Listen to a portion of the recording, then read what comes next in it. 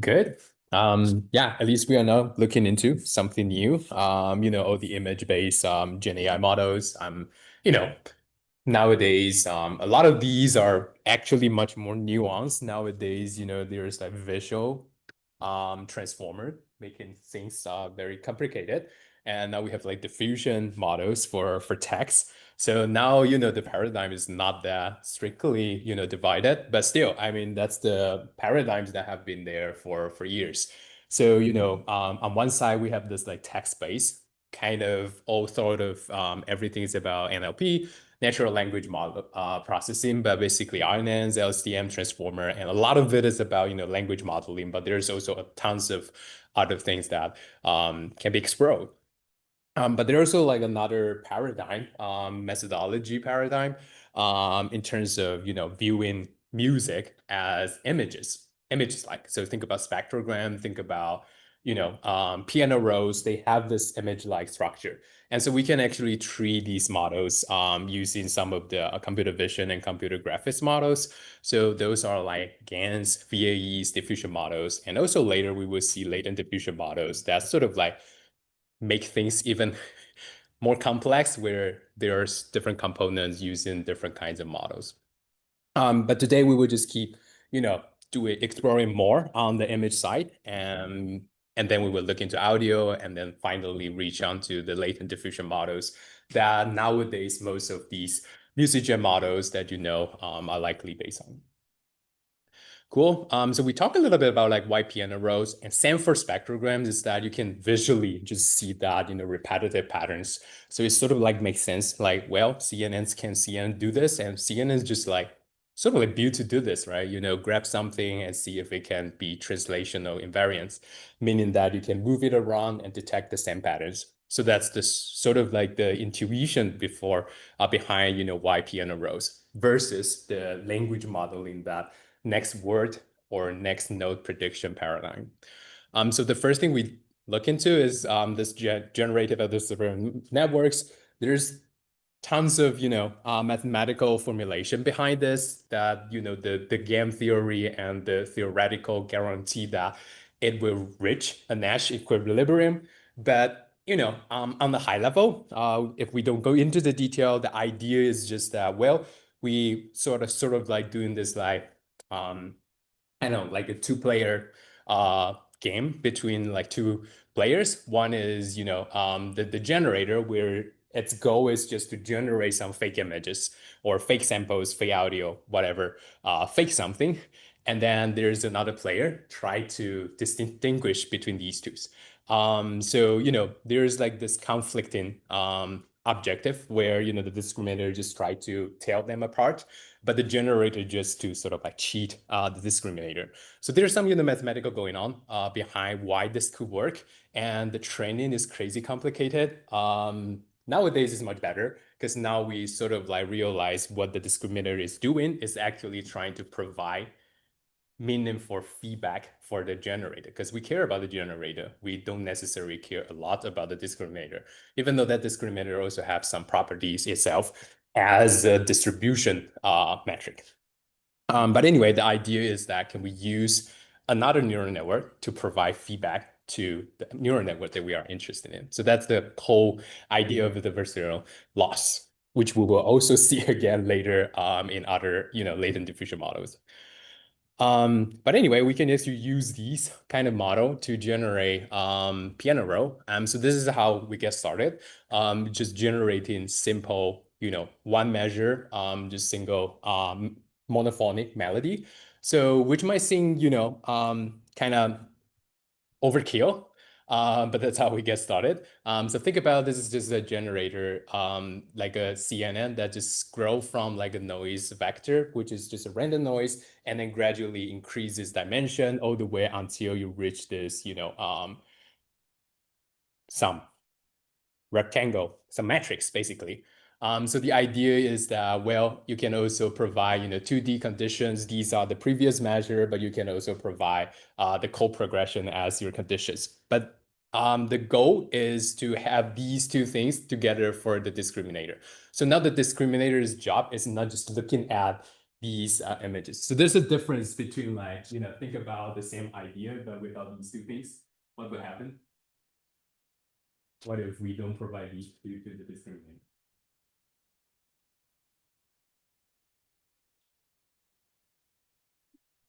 If we don't provide that information, what is the discriminator trying to do? It's just looking at that, measure and like without any context and to see whether that's true. That's still a valid job, right? It's like, well, cool, you can still do that. It's like, well, you have additional information, but you just don't care about it. So the idea of conditional generative model is that, well, both the generator and discriminator are given some context. And that's important because now discriminator is doing another job rather than just looking at this melody. Does it sound real? But more than that, does it sounds like the right continuation of this previous measure? But at the same time, does it fit with this chord progression? So that's the idea of conditional GNs, but later you will also see some of the other conditional neural network. But basically, you have to provide that to discriminator. That's one thing that sometimes is a bit confusing. Like, why do we need that for the discriminator? Isn't the discriminator just looking at this and see if it's real? We want to see if it's real continuation of that, and it's a real realization of that core progression. So these are some of the generation. So it's always fascinating just look at these, evolution over time that, these models are truly, learning something. At the beginning, it's just like, well, this is sort of like most likely sort of like the key center. If you sort of like transport everything into C key, then, there will be like a key center and the octave is like, well, most likely it will fall into this octave. But over time, once you train it more, then it will have more variation over time. And so if you look at the ground truth, it's not the same thing, of course, because this is like generative. There's no way you want it to be just exactly replicating the ground. So there's no reason to do that. But are these, a true or, a reasonable continuation for that progression, core progression, but also that particular measure? Cool. So we will look into this. I think last week we just stopped here at this mu scan thing. Where's that? Well, but basically, MuseScan is just to scale this idea up. Now, rather than just looking into just like one single melody, this figure is a little bit, it's actually turned for 90-degree. But anyway, that's time from top to bottom and frequency from left to right. But think about, that's how you play the piano, basically. But anyway, in Muscan, we're just trying to expand this idea into, multi-track. Like, think about nowadays, music, there's could be multiple instruments and people have been just looking into a lot in monophonic or single instrument or, think about Baccarat. Well, there are multiple voice, but still it's not polyphonic for each of these voice. So, in MuseScan, basically what we're looking into is like, well, we can basically extend this idea. Now we are not just looking into one single measure or, one single instrument. Now we are looking into still, GN has the constraint of having the output should be fixed. So in this case, 4-bar measures. So think about like more like a phrase. We also did like a phrase and 8 bars or 6 bars, but that's basically like a phrase. And you can just represent it in this way. There are 5 tracks correspond to drums, guitar, bass, piano, and strings. I think that's it. And so this is what the training sample look like. So you can definitely see the patterns. So this is obviously like, yeah, exactly. And the first one is the bass, because it's the only monophonic one. And these threes are, kind of hard to tell which one is, strings, which one is piano and guitar, because those are, very capable instrument that you can play multiple notes at the same time. And, to train this model, we also have to merge different tracks. So sometimes these could go beyond, 10 notes that you cannot play in one hand with 2 hands. But anyway, you get the idea is that, well, still we can turn these, music into this format and try to use a music, like an image generation model to do it. We actually explore a bunch of different things, but I won't go into details, but you can, the high level idea is that, well, we have this measure generator that just keep generating one measure over another. And it will generate four of those. And the idea is that compare this 4 by 5, four measures, five instrument to the real ones, and do this discriminator and all the way propagate back to train the whole system. Um, anyway, some details just about like how you do the latent diffusion, latent variable things, disentanglement, so that you can control different instruments. But basically, this is what the generated output look like. You've likely seen this in the hint last, like the teaser. But basically, you can see that, the generator improves over time. That's the interesting thing about GN is that generator and discriminator improve together at the same time. And at some point, you will theoretically reach that Nash equilibrium where, well, the generator is just, the discriminator is sort of like chasing the generator around that together. There's no way that you can improve the generator and then discriminator will catch up. And so they just become like that equilibrium. So this is sort of like the training dynamics of GN. At some point, you'll reach that equilibrium and the model will sort of like be equally good for a while, a long while actually. And it just sort of converge, different from the traditional understanding of converge. Now it's reaching an equilibrium with the discriminator. Some of the generated music, I think we actually already listened to that.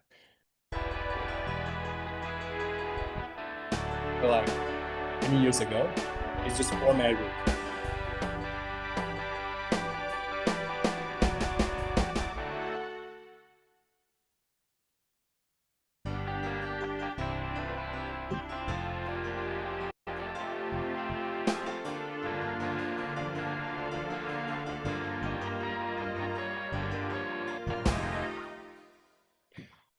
Anyway, not the best examples, I guess.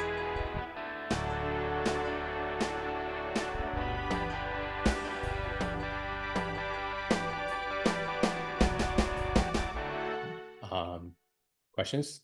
At least you can hear that drum patterns are mostly correct, which is interesting because it shouldn't be too hard. And if you think about like the filters that these CNNs could potentially learn for that drum patterns, it's like, it's just we actually designed the CNNs to match that the 4/4 beats and that structure, musically structure, so that you can actually explicitly reuse that pattern over different beats. Um, but we also find out that you can basically just use 3 by 3, like without any specific design for music. It could still work. So these CNNs models are just too powerful in that sense. Um, Questions? Otherwise, we will jump into another paradigm of recent generated models. Um, Does this like only conditional just because? oh, these are unconditional. So these are not, yeah. Yeah, we could. I think there's some follow-up work doing that.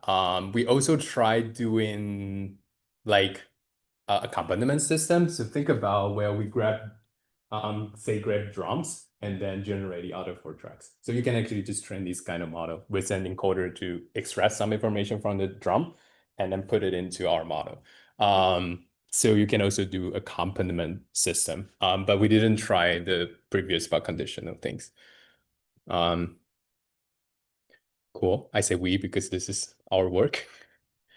Um, yeah, but I guess that's one tricky thing about both diffusion and both GM models is that it generates fixed shape output.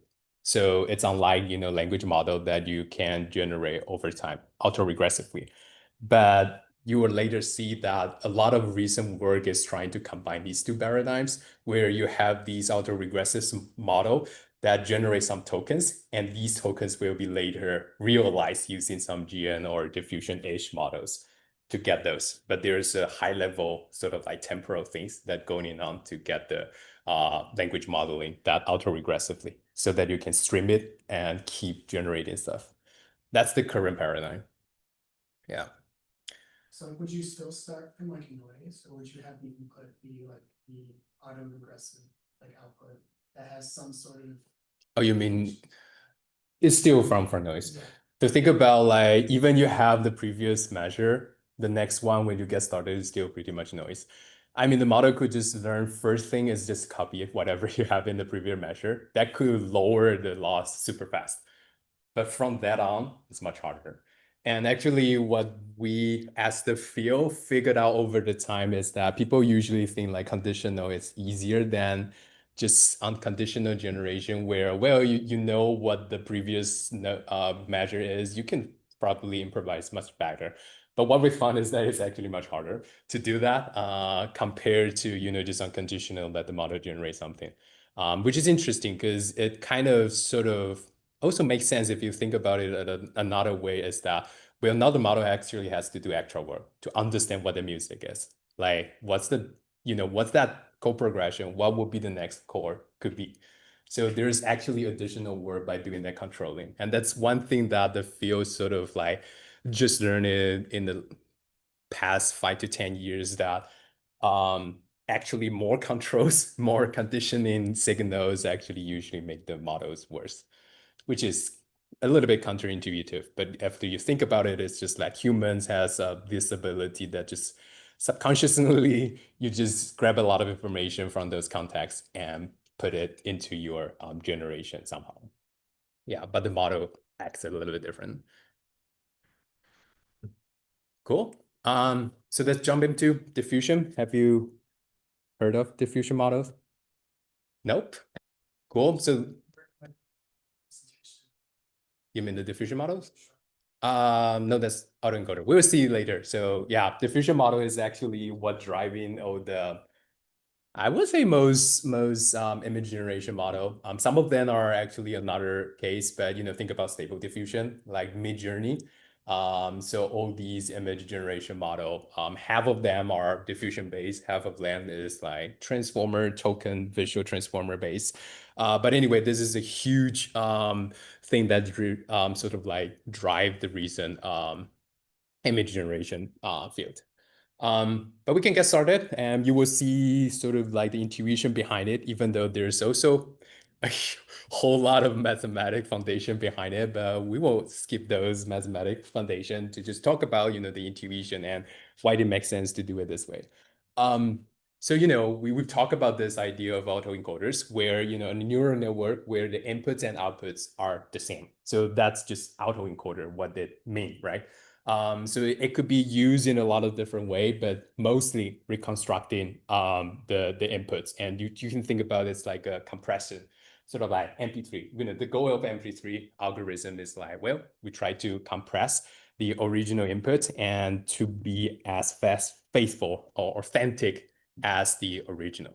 But one thing that people figured out is that, well, if you look at these images, it's pretty cool to look at what these autoencoders learn. So, look at this original Lee and then how they, reconstruct. So these models are very good at extracting those, very high level information, but leaving some of these very rare occurrence of information. So this things, potentially only occurs 2 to 3 times in the data set. So it doesn't make much sense for the model to, allocate a byte to encode that.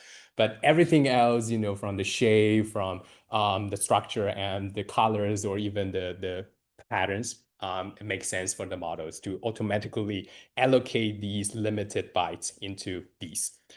So one thing people actually found out is that these models are actually good at denoising, which means that, well, even if you have these kind of inputs and you add some noise to it, you can actually train it to recover from that. And so think about the same idea here that, well, Lee is something that doesn't occur frequently. So this logo will be sort of like blurry. So the same idea applied to this denoise in our coding coder case, where, the idea is that these noise are just randomly across different part of the images. So those are rare occurrence, but the high level structure are the same. So this is basically the idea behind sort of like diffusion model. Think about, can we do this 1,000 times so that we can go from like a purely noisy image and try to remove some of the noise all the way until, doing this again, again, and again, multiple times. until you reach the final image that you like. So that's sort of like a hint what we are talking about. So again, this is the same idea of latent diffusion model where, now we have this random diffusion distribution, just the same size as our output. And so the input will be like a purely, random noise all the way until we try to use the middle diffusion model all the way until we get some data. So this is like example. So we grab some real image and we just add these noise all the way until it becomes pure noise. So that's the idea how you generate this sequence. So from this, and you add a little bit noise, a little bit noise, a little noise. So somewhere in between, it will be this sort of like noisy-ish, but you can still tell there is a phase all the way until it's just pure noise. And so the idea of diffusion model, this process is called diffusion. It's called diffusion because that's like a physics things about the He diffusion thing. But the idea, the opposite way is just what we call, what we look into, like the denoising autoencoder, where you take something that's slightly more noisy and turn it into something less noisy. So that's the idea. Okay, we use a machine learning model to try to do this step and reuse that things across this process. So that's basically the idea. So you have like this image. It's like noisy to some extent, but now you add even more noise to it. So now this is a slightly more noisy version. This is a less noisy version, and you want to try to, predict how to go from the left-hand side to the right-hand side. So how it works is that, well, you just take noise and add it to that. But now you want to train this model so that you can actually predict that noise. So that once you subtract the noise from this input image, then you can get this. So that's the idea. You can, there's also some details actually. But anyway, the high level idea is that can we predict this noise so that we can remove some noise from our inputs gradually again and again so that we reach the perfectly, image without noise. One thing to notice is that we will actually pass this T into this model so that it knows how noisy your input is. It's kind of important so that, at the last step, it's a totally different idea from the first step, right? Because the first step is like, well, it's just purely noisy. Whatever you do, likely it's fine. But at the last stage, it's like, well, it's just a little noise. So you want to be just doing the nuance.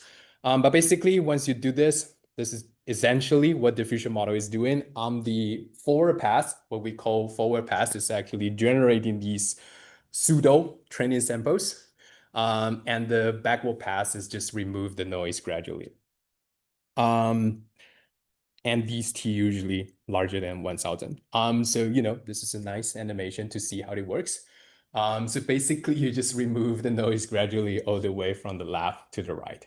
And you can see that, at the first half, sort of the diffusion process is just doing those coarse shapes. So, it's like, for example, in this case, it just say, well, I want something that's more in the middle versus this is like more, more ambient thing.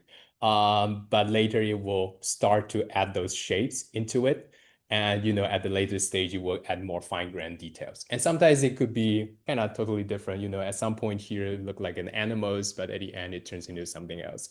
But this is sort of the diffusion model is about that, now you have this deep latent variable models where you can actually generate random outputs because you just randomly sample from the noise distribution and do this diffusion process again, and you can get an output. Hopefully, not too bad. There's actually tons of math. If you look at the math, it will easily just get lost. But this is more like a computational framework of how it works. Of course, there is tons of theoretical guarantee why this actually work in practice, how you can train it. Cool. So what about music? It's like, well, image, cool, who cares? Um, Yeah, so actually we can actually generate music. Other than, we are still talking about symbolic music. We'll see later, tons of recent models are actually using diffusion model to generate spectrogram directly, but we can actually just generate these as piano rolls. So this is like polyfusion, one of the first model that explore how we can generate piano roll in this format. So sort of similar to GM, but it's a little bit different to look at these things versus GN, because GN, the thing that we show is like the trending progress, but this is not the trending progress. This is essentially how you generate this. Whenever you want to generate a new sample, you grab something that's totally, random, and then you do this process for 1,000 steps. Of course, there are some optimization way that you can avoid doing this 1,000 steps every time. Nowadays, there are actually one step diffusion model, or at least in the early stages, like you can reduce it to 10 steps or 100 steps, but still you have to do some iterative process to get the output. You can listen to some of the sample, but you can imagine those, what those would be like. So these are the unconditional generation.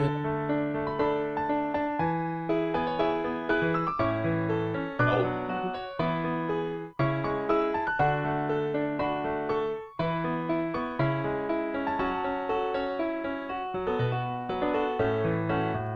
so these are actually trained on the C-pop, Chinese pop data set. So that's why it sounds very, I don't know, I won't say called cliche, but it's more structured in some way. And the data set is actually just like melodies plus right hand doing the melody and left hand doing chords. It could be chords, or you can do arpeggios.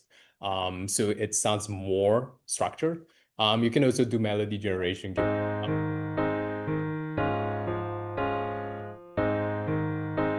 Just simply give you the chords and you can generate the melody.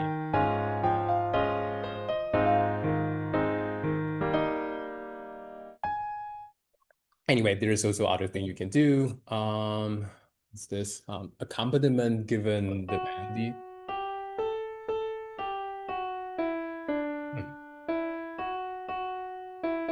Hmm, I've heard of this.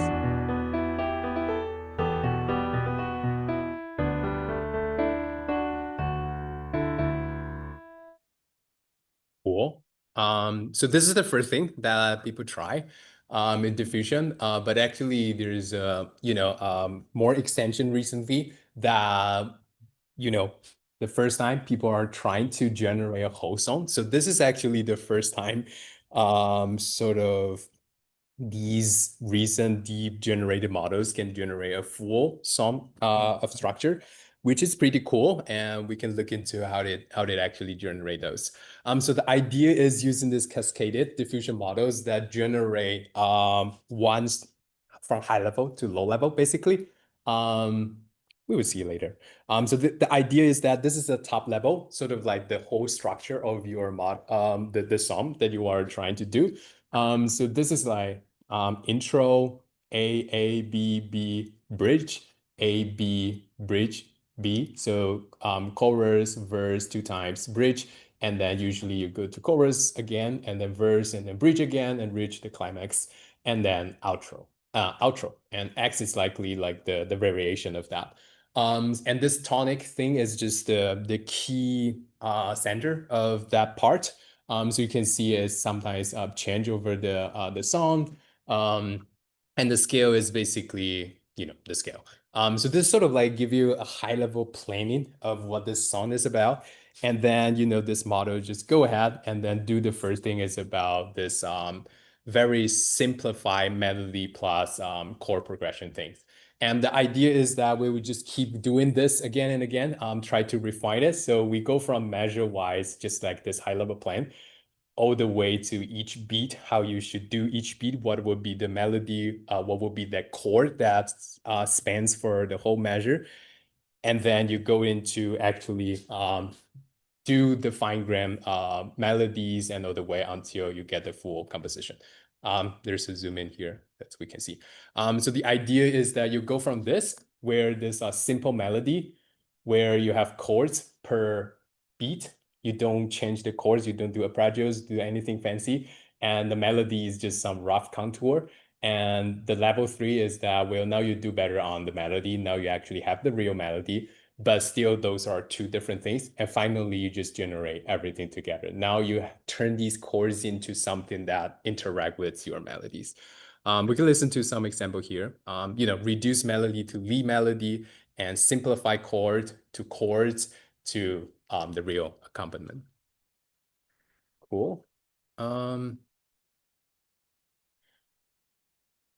so this is like a generation output sample.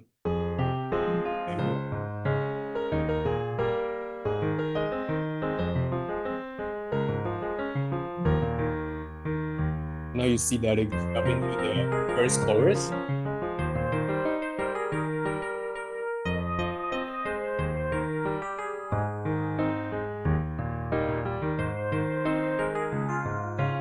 Oops, time to jump. And so this is the first thing that it generate, this plan, where you can see there's like four measure of intro, four of the first chorus, repeat again that chorus. Now, I don't know what this likely be. So this is the first verse. And then you have the bridge in the middle. Let's listen to the bridge. This is the bridge. How do I stop on that? Oh, close. This is like the bridge without the melody. And then it will repeat the chorus again.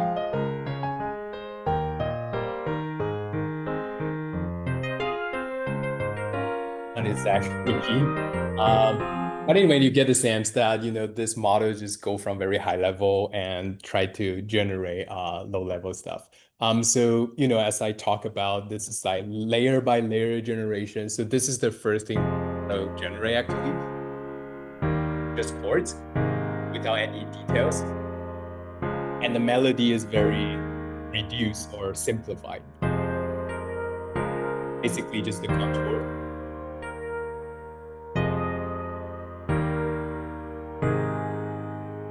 And now you grab that and try to redo the melody so that you add more nuance into the melody, but still you are having that core expressing chords basically.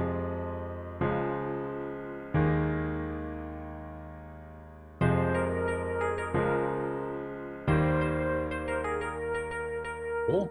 So the last thing you do is actually just grab this, and you have the melody now, you have the chords of like progressions, but now you combine them to do the accompaniment. So the last step is not about the melody, and the melody is done. We just want to refine this accompaniment to incorporate with the melody that you have. You go from this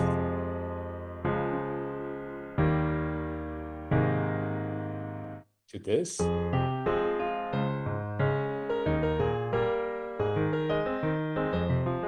So, this is just like diffusion model. Think about like that diffusion model is like still, conditioned on something, and you start from noise and all the way, optimize into having the structures. This sounds more, but, likely you get some idea of that. Questions on this? Step by step. Do something on diffusion models. But the core is the same. It's just like thinking about what would be the input, what would be the output. Actually, the key challenge here is like how you get these interlevel thing, right? It's easy to get, the final composition. Like you have MIDI files, you have music XML files, you can easily get a bunch of those. But how do you get meaningful reduction? How do you get meaningful core reduction? How do you get meaningful structural information? So a lot of the work is actually looking into how you get these reliably so that you can generate these plans that can actually translate to a reasonable output. So I guess the idea is now, your end goal is that composition, but how do you decompose it into multiple steps? And then you just do these steps again and again. So this is called cascaded diffusion models, but basically just, coarse to fine generation, which actually work much better than, if you just train these models just from scratch using a like diffusion model and hope it will work. So this is actually only trained with like the data set is called POP 909 is a commonly used data set because it provide a bunch of information. You have the original score, you have the lead sheet composition, you also have um, the structure information of that. I don't think you have structure information, but you have the simplified version of that. So that's and it's only 909 because it's only 900-ish songs. So imagine you train the diffusion model on 900 songs. There's no way it could work. So this is a interesting idea that by breaking it into steps, you can actually train a meaningful model. Cool. There's also something that you just mentioned. So things like debug. These are different kinds of models that not like piano roll, like the unconditional generation things that we talk about, and it's unlike the traditional NLP thing that just doing language modeling. But for debug is actually, trying to turn this Becquerel into this specific representation, which we will see later how it works. But basically, you can think about these are different voice. So D5, and then hold for another 16th note, and then E5, F5, D5, and then hold for three more 16th notes. So the same SATB for different. So, tenor is just doing quarter notes. So C4, B3 for, quarter notes. And these are just counter 1, 2, 3, 4, 1, 2, 3, 4, 1, 2, 3, 4, 1. And this is the fermata symbol. But basically turn Becquerels into this sort of like um, meaningful representation. And now the idea is how can we generate music with this? I actually have some animation, but this is the model is look like. I always feel like it look like a face. But anyway, the idea is that you grab all the contextual information and try to fill in one of that. So you got all the previous things, all the future thing, all the current, concurrent other parts of that, and you try to predict what this exact node should be. So that's the idea of this debug algorithm. And how it does is like called pseudo Gibbs sampling, but basically is thinking about, when you get started, everything is so random. So you randomize everything. And at the beginning is everything is so random, but now you just grab one of them and look into that and try to see what would be the most reasonable way to fill in that things. And you just keep moving around until the whole thing converge after a bunch of steps. So that's sort of the idea behind the pseudo Gibbs sampling. Won't get into details. Tons of math, of course. But you sort of get the idea is that, well, even sort of like similar to diffusion models where everything is noise initially, but now, well, let's grab one pixel at a time, try to fix that pixel, try to fix another pixel. And until you fix all the pixels, the first time you fix all the pixel, it doesn't still likely won't make any sense. But you just keep doing it until it converge into something it's reasonably confident about. So there's also like confidence thresholdings that when you generate something, whether you are confident enough that this is a reasonable node to put there. So here are some of the examples to generate. Um, I think they claim they reach Turing tests. Oh, I think that's another work, not this work.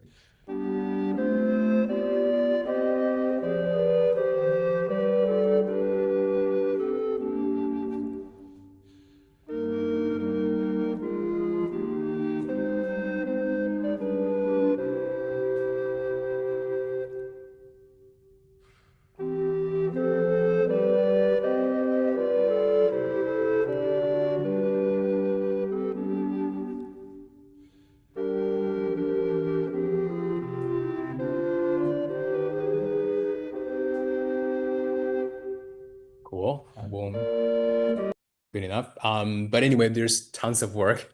Becquerel, harmonization. In this case, it's just doing reharmonization. So I think the soprano is kept and redo all the other harmonization. There's also another work likely you might note about. Have you played with this? Where it is? Have you seen this?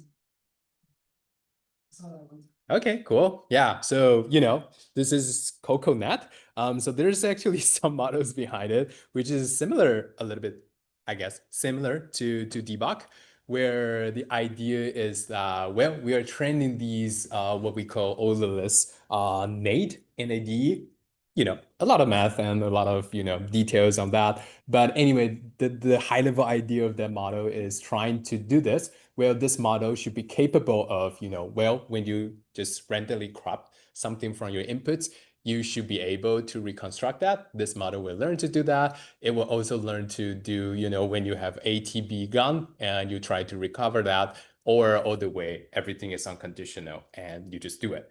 So the idea how you train it is, likely not too tricky, is that, well, you have some models that you just crop things out and you try to get the predictions. And now you sample from those predictions because these predictions will have different probability, confidence on those, and you sample from that, and then you see whether you are, confident enough on those, and you regenerate those inconfident ones. So this is like a visualization of how it works. So this is reharmonization. This is not from scratch generation. So you have the soprano on the top, these blue lines, and now the model is trying to figure out what are other notes.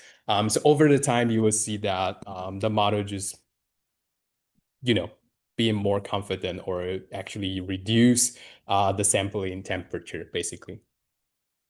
Um, that's fast, but you know, the whole idea is that you started with something very rough and then you try to resample it again and again. And over the time, you reduce the number of nodes that you try to resample, and hopefully the model will start to converge. And you have to, keep track of all these probability, confident and things so that, the model is doing the prediction and converge into something. Once again, you can see that some of the nodes are determined at very early stage, and even you want to resample it again, it just feel like, well, that's likely the right nodes to use. But some of these transition nodes at the later stage, you will still see that it just keep flopping around. That, this makes sense, that also makes sense. But some of the early nodes that's, it's just like, well, it just good enough. We shouldn't change it too much. So this is Coconut, and we can listen to the example. You likely know what it is.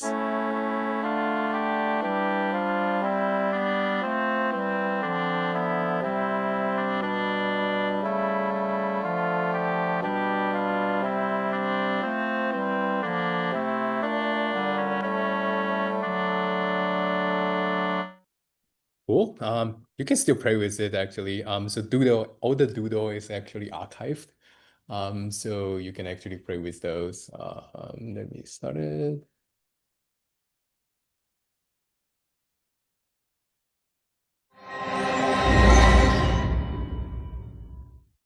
Cool. I think every time I just do this twinkle, twinkle little thing. Oops.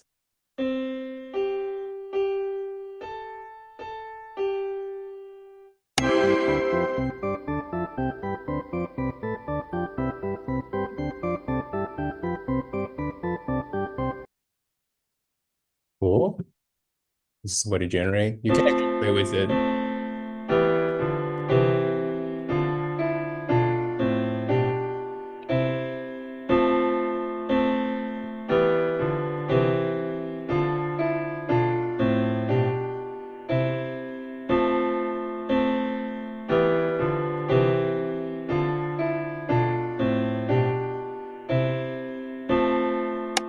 You like it? You like it? Okay. Yeah. I've seen something better. Yeah, so you can actually just keep adding more, or you can actually just redo part of the composition. But anyway, what's a hit? I think this is one of the first Google Doodle that has some AI involved, which is pretty cool. And lots of people actually just do it. And they actually have another paper just talking about this process of like sending these models just in scale. that millions of people just play with it, and what do you learn from that, and how people are interacting with these models and in scale, which is pretty cool across the globe, actually.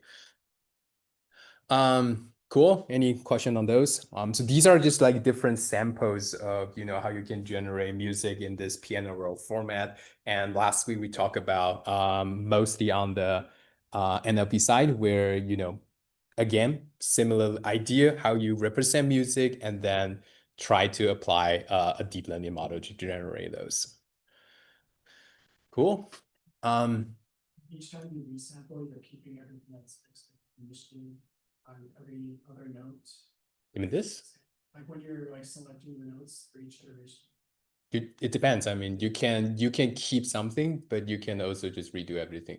So in this case, we provide the already provide the soprano, but you can also provide something else, or you can say, I don't like this note, then you just erase it and try to redo that. So this is something, these kind of model can do, which we call music and feeling, where the goal is not to just regenerate everything from scratch. Now we are doing partially editing.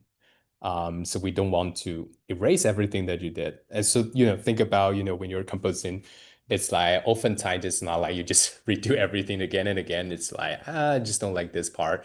I will redo it. So this kind of model together with, on conditional model, they all serve kind of different purpose. And it will affect the way how you interact with these models. Yeah. We will see. Yeah, sure. The size? What do you mean by the size? You mean you mean this?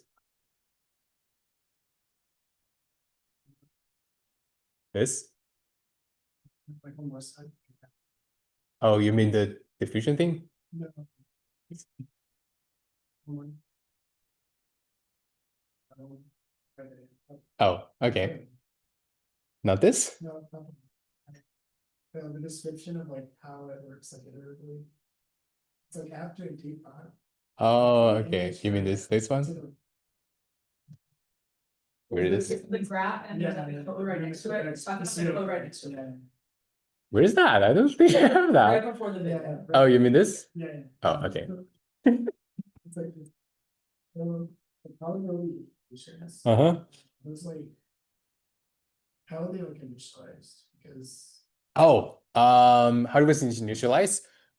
You just randomly initialize, and there's also a way that's, that could be, you can initialize with like prior knowledge. Yeah. So, at the beginning, you can just count all the soprano, all the alto, all the tenor, all the bass. The distribution would be different, right? The bass will be more lower pitch centered, and soprano will be higher pitch centered. So you do have some prior distribution to start with. Yeah. maybe that. Yeah. So yeah. So I mean, the goal is actually this. So you have PI, that probably distribution, where you have the VIT. So these are actually how you want to train it. So you can start with that prior, or you can just start from scratch. But what you want to do is to train this kind of model. And this model is actually trying to do this. So you have the VIT, which means that this is like V1, T, I don't know, 1, 2, 3, 4, 5, 6. So this will be V16. This will be V26. This will be V27. So basically, you want to predict what that node is given everything other than that. So this is the green one. This is everything else. So you are essentially trying to resample that node given this probability distribution. So that's essentially what it's doing. What this node could be conditioned on all the context, everything else, metadata, and Zeta is, what is Zeta? I didn't see Zeta. Oh, Zeta is the model parameters, likely. Yeah. So this is essentially what the model is doing. So you want the distribution, this distribution will give you this. And that's essentially why we all these deep learning part. That these deep learning model is trying to, deep neural network is just a function. You try to estimate that probability function. Yep. So this pseudo Gibbs sampling happened after you train this model. Yeah. I guess that's kind of the confusion. Yeah. So when you get started with, you already know that distribution is already trained. Yeah. To learn those. Yeah. Cool. So this is just about, well, now, so think about it the other way. It's like now you train this model, but what can you do with this model? You won't have anything from scratch. So when you started, everything is randomized. So, think about the list are initialized with random nodes drawn from the range of the corresponding voices. So, sample uniformly or from the marginal distribution of the nodes. So this marginal distribution is basically what I talk about, the prior distribution. So, there are nodes that more frequently used, and that voice range also matters. But you can create something just purely random.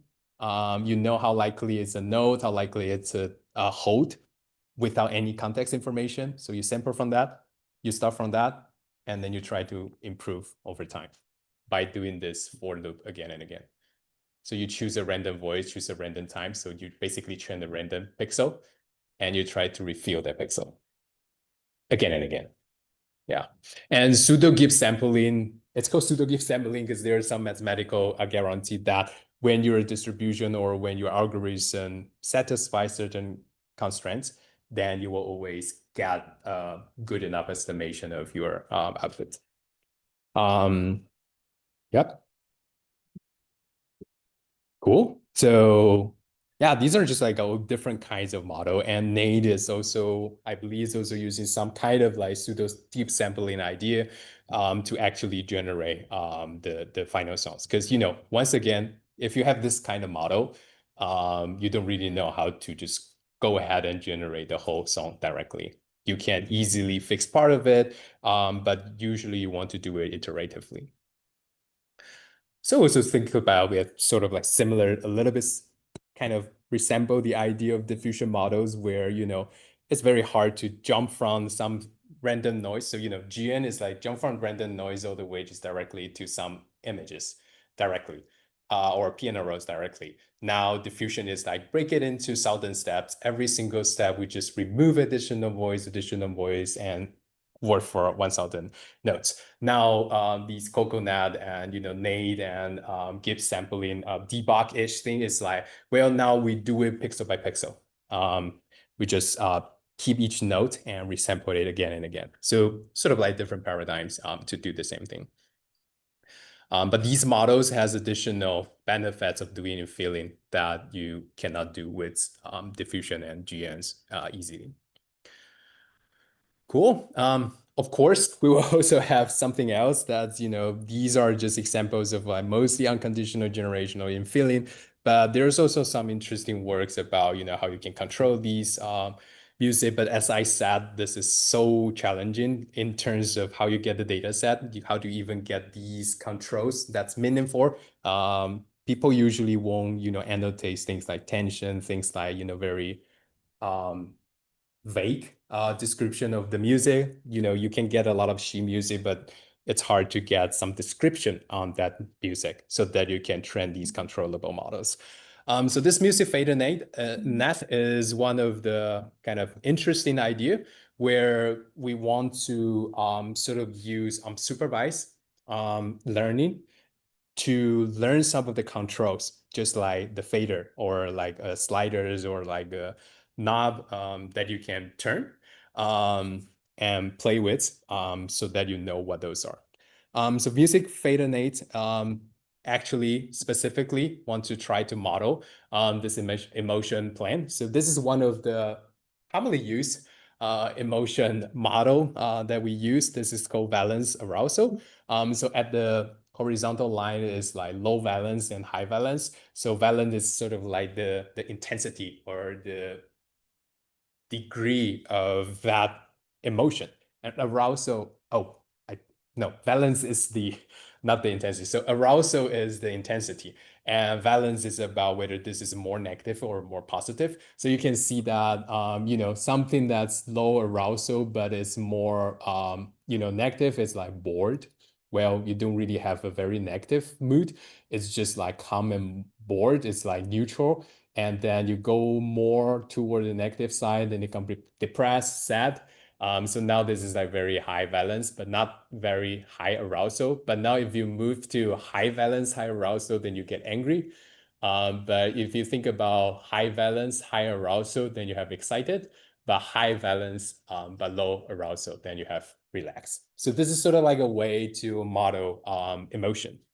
So this is often used as the condition as music generation model. So this music fader net, fader net is trying to do this using some machine learning models to try to see if you can control the model and have a fader or like a knob that you can turn to do that control. So we can listen to some of the examples, this arousal style things. So this is the original.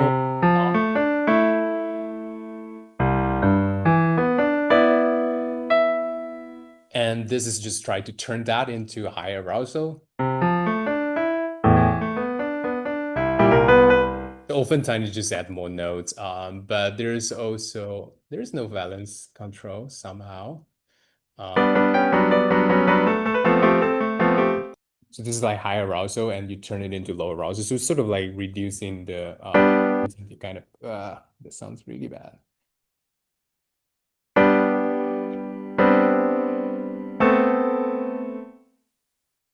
It's not working to some extent. But the idea behind this is cool, but this is itself a very challenging test in that you don't really have a lot of data set to train these kind of model.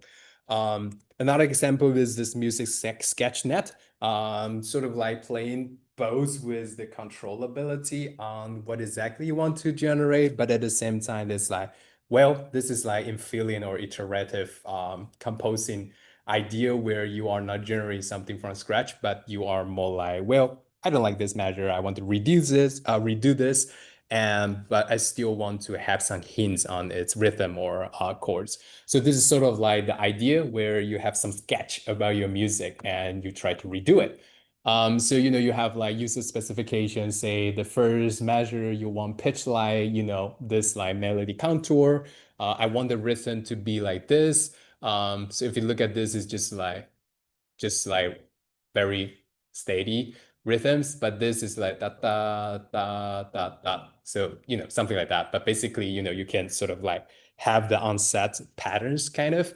And this one is like, well, I don't really care what that is. Just give me something. So the model will basically just trying to solve this problem where there's a bunch of like question mark. What this rhythm is, what this rhythm is, this is like, I don't know what the pitch and rhythm is, but the context, you will have the pitch and rhythm information both. So the idea is that can we generate these, feel the things, and then finally redo the generation back to the music. So this is essentially how it works. So you have some music tokens, you will train some encoders to turn it into these things. And now you want to remove some of those and try to train these kind of model to do infilling, to fill out all the missing context if they are missing. And once you have those missing contexts filled, then you have this decoder to decode it back. Cool, we can see an example. Zoom in. So this is like the original one. So now if we send this kind of control to the model, it can actually sort of like encourage or even force the model to do it with these melody contour. And you can also set the pattern, the rhythm pattern. And of course, more interesting is like, can you set them together? So this kind of like music sketch net idea is just like, well, when you're doing composing, think about you already have other part composed, or think about filming, film scoring, where you have certain rhythm cues that you have to match. Then potentially these rhythm controls will be important, or there is some motif that you want to keep. Um, well, there should be some sounds that I can play somehow.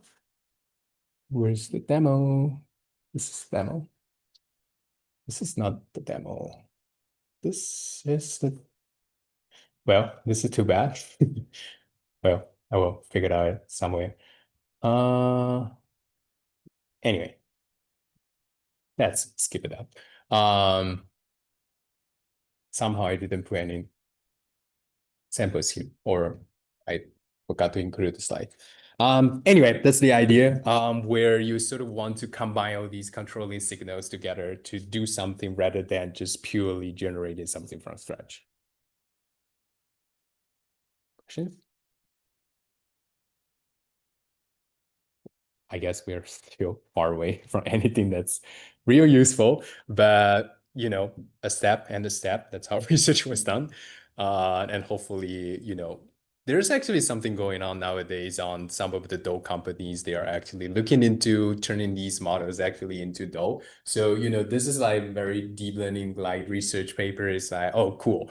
But at some point, think about in the future, Logic Pro, even GarageBand, where you could have like just suggest something here. Like, I don't know how to play drums. Can you suggest the drum tracks? In Moises, there's like AI Studio that would generate the drum tracks directly in audio, but how about symbolic? Can we just generate that MIDI drum track in GarageBand, and then you can choose whatever drum sounds you like to do it.